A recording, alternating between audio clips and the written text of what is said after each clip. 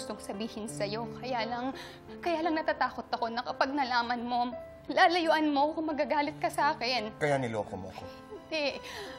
Ayoko lang na mawala ka. Ginawa mo akong tanga. Hindi, maniwala ka sa akin. Yung sa amin ni Renz, matagal nang tapos yun. Tapos na nga ba? Tapos na. Matagal na. Up! Sandali lang. Hindi pwede. Naitay Kapuso, one of the most brilliant, one of the finest actresses in Asia, Jody Santa Maria.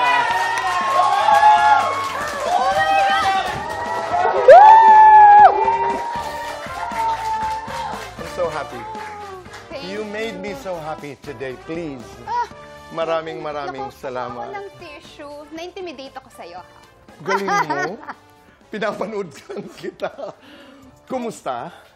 Tito Boy, mabuti. I just want to say that I'm really happy to be here and to be celebrating this special moment with you. Maraming salamat. Maraming salamat. Kahit kailan sa aking buhay, hindi ko malilimutan ang pagkakataong ito at ang mga pagkakataong pinagsamahan natin. Maraming salamat. I'll go straight to a discussion which is very close to your heart and close to my heart. Dahil I will talk about the highs and the lows of the life of Rose, the twists and the turns ng iyong karakter sa Unbreak My Heart. Ikaw ba, Jody, as an actor, as a person, how much do you admire Rose? Ako, I admire her so much. It's because yung mga sacrifices na willing siyang gawin para kay Sandra. Kasi kung titignan mo from the very beginning ng sinimulan yung journey niya, isa lang naman ang objective talaga ng character niya is to ask, yun yung paghingi ng tawad sa anak niya na iniwan niya nung maliit pa. And hindi siya tumigil, nagkasakit siya, ang dami niyang pinagdaanan sa buhay, pero hindi nawala yung goal na yon na makahingi ng tawad ng personal sa anak niya.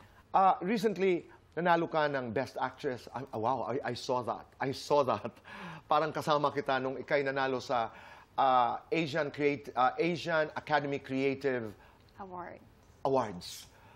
That's a major thing. You've been nominated in the International Emmys at marami pang mga award-giving bodies. Diretsang tanong, bakit hindi kayo mayabang?